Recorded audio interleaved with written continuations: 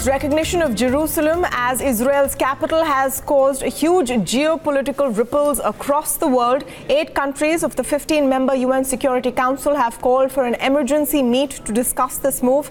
Hamas has called for another intifada, while the Israeli Prime Minister Benjamin Netanyahu has hailed it as a historic move. But the most important views right now, perhaps, are from people on both sides of the conflict or who represent both sides of this narrative. To give us a sense of that, I'm joined this evening by Udi Shaham. He's joining us from Jerusalem. He is Jerusalem Affairs and National Police reporter with the Jerusalem Post. I'm also speaking this evening with Ghanem Nosibi, founder Cornerstone Global from London, and he's a foremost expert on, of course, the Arab world. Thank you so much for speaking with us. Udi, and please forgive me if I'm not pronouncing your name correctly, but tell us what is happening right now in Jerusalem after that big announcement. What are the responses like, and how are people reacting to the biggest nations of the world condemning Donald Trump's move? So at the moment, there are no protests going on in East Jerusalem. But we witnessed this morning sort of wide-scale demonstrations at the Damascus Gate, which is essentially the central hub for Palestinians in East Jerusalem. Palestinians have mainly expressed their disappointment of President Trump, and they were saying that he basically proved that the U.S. is biased and is on Israel's side.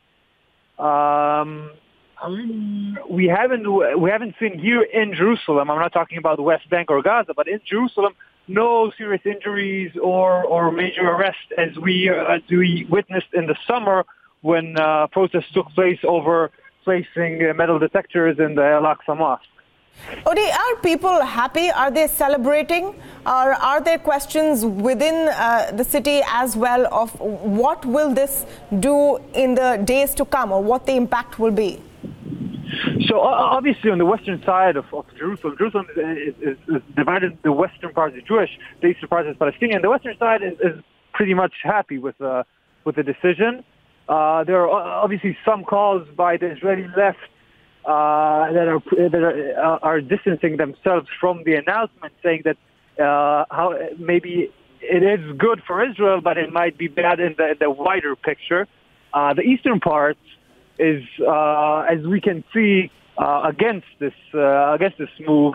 And as I said, they're expressing deep disappointment from the U.S. administration that have facilitated peace talks in the past 25 years. Sure. Ghanem is also joining us from London for perhaps another perspective. Ghanem, how would Palestinians be looking at this right now? And would there be some sort of succor in the fact that a lot of nations, France, Britain, Saudi Arabia, of course, across the Arab world have come out and, spoken very strongly against this move by President Trump? Well, the first point is the Palestinians are obviously extremely upset, but it's not just the Palestinians. As you rightly said, there is a blanket global condemnation of the of Trump's move. I think this has really united the whole world, not against the United States as such, but perhaps against Trump. And as the other guest rightly said, there's not even a unanimous support for the Trump move in Israel. Obviously, that's the short term. The long term has severely undermined the ability of the United States to say that it is an impartial peace broker, and other players will have to get involved if a peace broker that is acceptable to all sides is going to be able to broker peace between Israel and the Palestinians. Let's look at the immediate and then the long-term impact, Ghanem. The Hamas, of course, has threatened another intifada. Do you see the possibility of an outbreak of violence over the next few days and, that entire situation escalating? Well, I mean, it's a very volatile situation. I don't think the problem is an immediate outbreak of violence. The problem is a more long-term one that undermines the overall potential of achieving a long-term peace. The Middle East has been very fragile in the past few months and years, and this is like literally a bull walking into a china room. It has upset a lot of a delicate balance that has been gradually building up with the moderates versus the extremists of the region. So yes, there is a possibility of immediate violence, and I hope that does not escalate. It's impossible to predict. We've had, for example, about 16 years ago, the visit of Israeli Prime Minister Ariel Sharon to the Al-Aqsa Mosque, and that led to a 6 or 7 year cycle of violence, the second Intifada. That wouldn't have been predicted then. It's impossible to predict how this will be. Generally, I don't think the Palestinians or the Israelis want to see violence. So I hope that will not materialize into another cycle of violence, but it's impossible to predict. As I said, the important thing is the long-term repercussions rather than an immediate risk of violence that will subside sooner or later. That's a very interesting point. And Udi, if you could give us some perspective, sitting all the way here in Mumbai, India, that the average man on the street in Jerusalem, even on the Israeli side, as you describe it, is this now the biggest issue in the world for them? Do they care enough about this issue to take on whatever may come as a repercussion? I think that for the Jewish side, this was big news, and we've all seen this morning on the front pages. It was all about Trump's declaration, but I don't think that this is changing the world. However, in the Palestinian side, we do see this move as a game changer, as in we have nothing to lose anymore. And when I talk to people here on the street in East Jerusalem, and I ask them, when do you think that this demonstration or protest will finish? They say, we don't know. It'll go on for years. And some are talking about another intifada breaking now. Police, however, are saying that there are no real indication of guided resistance from political faction, and it's all popular resistance.